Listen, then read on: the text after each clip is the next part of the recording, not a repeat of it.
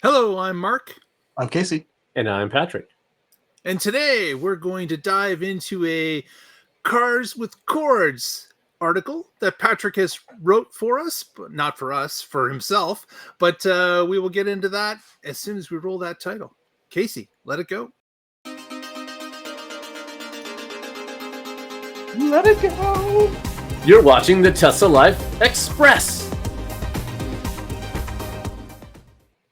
Hey everyone, thanks so much for joining us. Another unique intro. Love that. Love that. Welcome to the show. We wanted to talk a little bit about Patrick's latest article written for carswithcords.net. And with that, Patrick, take it away. Let's hear. All right. So I've got this story up here. It's titled Tesla Shedding Early Adopters Could Accelerate Move to EVs, which seems a little counterintuitive. So I've got 5 points and a little summary, and we can see if at the end of this, if you agree or disagree. I'd like to hear your thoughts in the comments here or on the blog post at carswithcords.net. So first point, Musk is divisive. I think that whether you love him or hate him, it's indisputable that he is divisive. I think that's the first place I want to start, especially recently with his activity at Doge. He's making a lot of he's in the media a lot more than any other CEO that I know of. Even like sure. Gabe was like a household name. More. Yes, he's a household name, and some people think that's great, and some people think that's horrible. Okay, so point two is that some of the people that are not happy with his political forwardness are people who in 2012, 13, 14 were early Tesla adopters.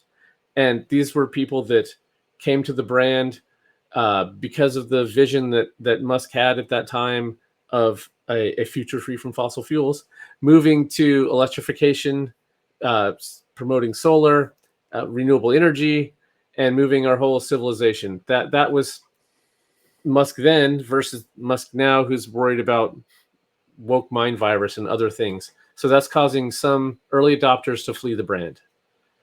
Yeah, that's part of the issue is that there's been such an about face on how Musk operates out there on social media that many people have gotten a bad taste in their mouth because they thought they knew what it was about, and they thought it was about the mission. They thought it was about converting people to EVs. They thought it was about sustainability, which Musk talks about every once in a while currently, just not near as much as he used to. Right. And that's really become a backseat issue, it seems, to people that are watching this media circus that we're all in. Yeah, and it seems that he's made partnerships and coalitions with people whose mission it is to do the opposite of Tesla's still stated mission. Right. You and Brian talked about it on his show about a week ago or so, Mark, and covered this topic a little bit.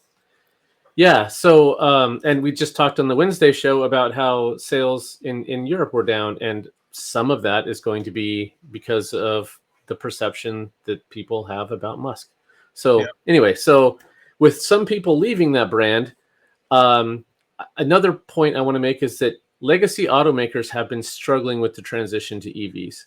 They have not been able to find a big market.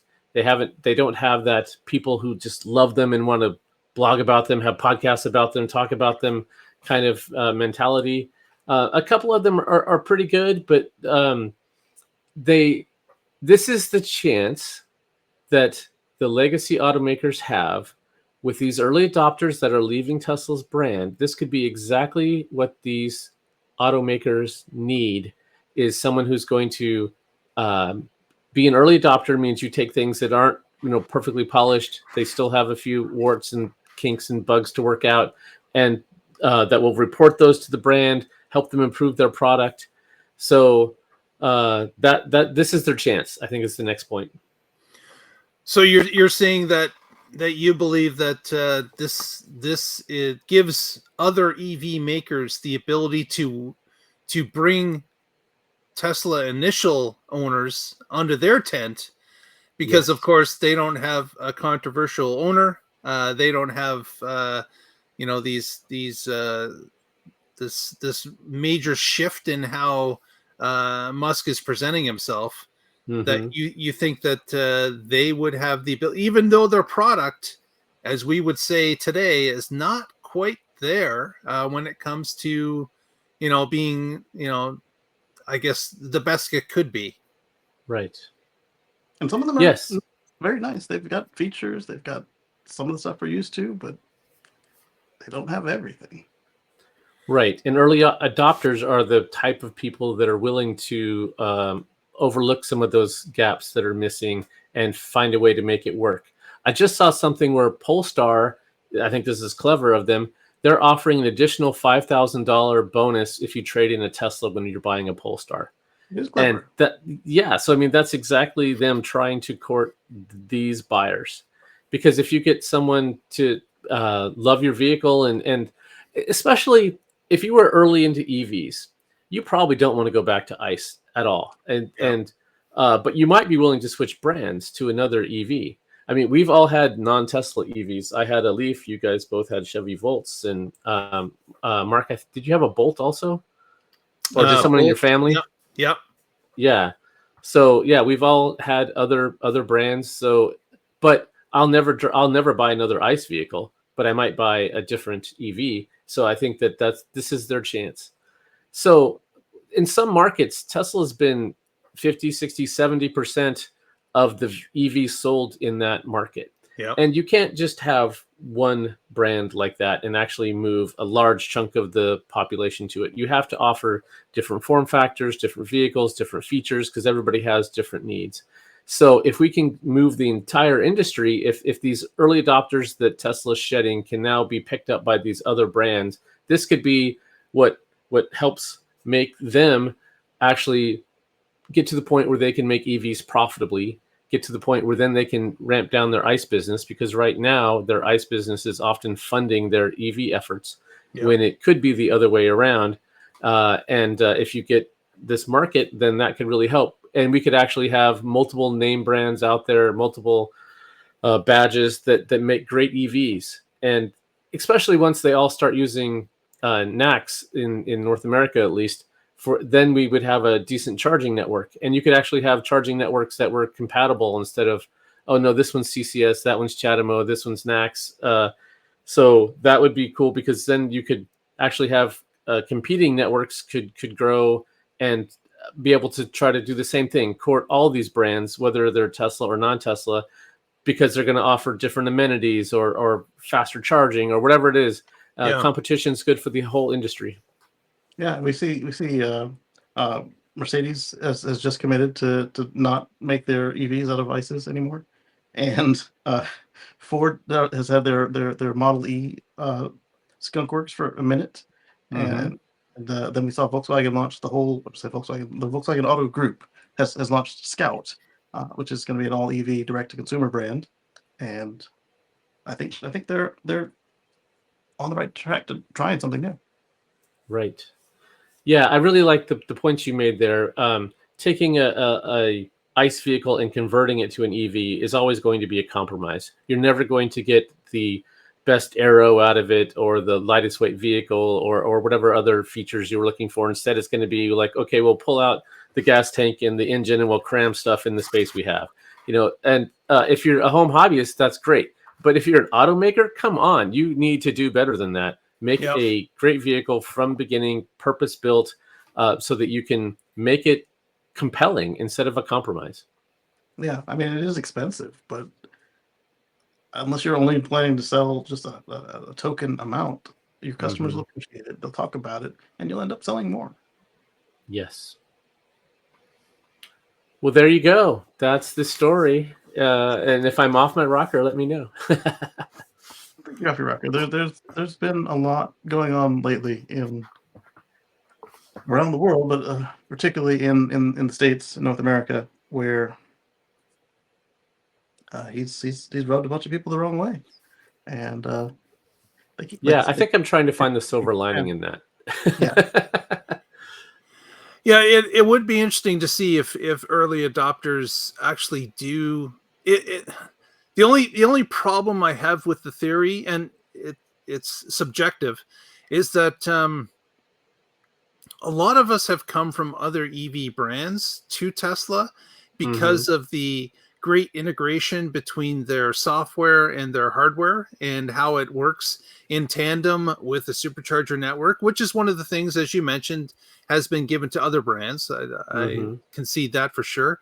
But there just seems to be still this large gap that the other automakers have not been able to bridge yet. They Right. haven't, but if they were to get a number of people that would champion their brand because and they would care to take the input that comes from these people and the Mm-hmm. direction that's given, because of course they were buying with their money and saying that this is what I want, this is the type of vehicle that I would spend my money on. If they would listen to that feedback, then yeah, they would have a chance to do something with this.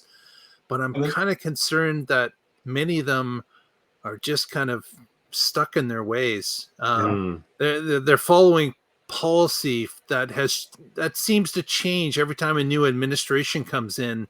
They're not after their own way. They're after whatever way is more profitable at that moment in time. yeah.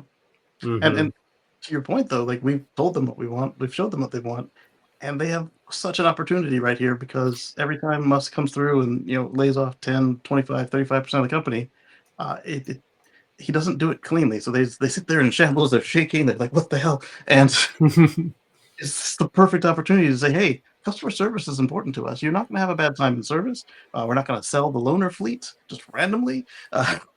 We're going to keep consistent appointment times. We're going to keep the integrations that you love. We're not going to, you know, we're going to keep the software upgrades. We're not going to arbitrarily hold them back based on randomness. Obviously, if you need a heater in your charge port to turn on the charge port heater, we can't give you that. But if you get in and it's Christmas time and there's Santa for everybody, right? But so far, nobody's taken the opportunity to really seize on that. I mean, Rivian's closed, um, but like a lot of us are really into FSD. True. And nobody's got that right now. You've got Super Cruise. Ultra Cruise was canceled, so that's not going to be the same thing. But Super Cruise is okay. Blue Cruise is okay. Rivian right now it doesn't even stay in the lanes all that well, but they say that by the summer they're gonna. I don't know if you're gonna need a new car or if they're gonna just update the software to make it happen. And then Mm-hmm. sometime in the future they're gonna replace all of that with something that can do a lot more robustly, like a nav on autopilot. But they're a smaller company and they're taking baby steps. And as we shared on the Wednesday show, there's that safety aspect. Some of them do score well in safety, but if you were like an Mm-hmm. old because of the safety, a lot of us are into Tesla for that reason because Mm-hmm. safety not an afterthought. And then, Well, I certainly appreciate the silver lining aspect because it's something that you have to look forward. You're hoping that the EV movement pushes Exactly. further, faster. Whether Tesla's CEO changes his tune or not, we certainly want to see. We're all part of the mission. We want Mm-hmm. EVs to continue to expand, to get into new markets, and to entice new owners to buy them. We're all for that.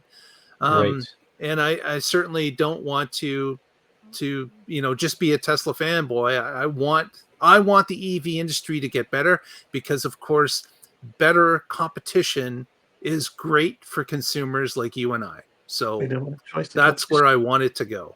But Exactly. Absolutely. Yeah, you guys brought up a few good points I want to touch on. Like FSD or the software integration. Those are reasons to stay with Tesla. And I'm all for that. I love those. But what I was focusing on are the people who've already decided my next car will not be a Tesla. I'm selling my Tesla now and I'm buying something else. What am I going to get? And then the other point you brought up, I think this one was yours, Casey, is that I focused mostly on the legacy automakers, but the other EV startups, Lucid and Rivian specifically, this is a big chance for them too. yeah, And both of them just had good news. Uh, Rivian just turned their first profit ever, and Nice. they stand to be able to keep it up. They're not guiding for next quarter for that to happen, but now they know how to do it, and they've got the everything to make it happen. And Lucid was doing something good, and then all of a sudden their CEO has stepped back to CTO, and they don't have a CEO at the moment. But I think of that as an opportunity as well, because he is humbly saying, "Hey, I've got us this far, and I know this is good, but now we need somebody else to get us across that next milestone." Yeah. Versus I another hope company. I hope they come through on that one, because I'm concerned by that.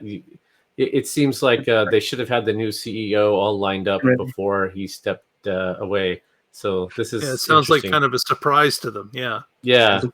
Yeah.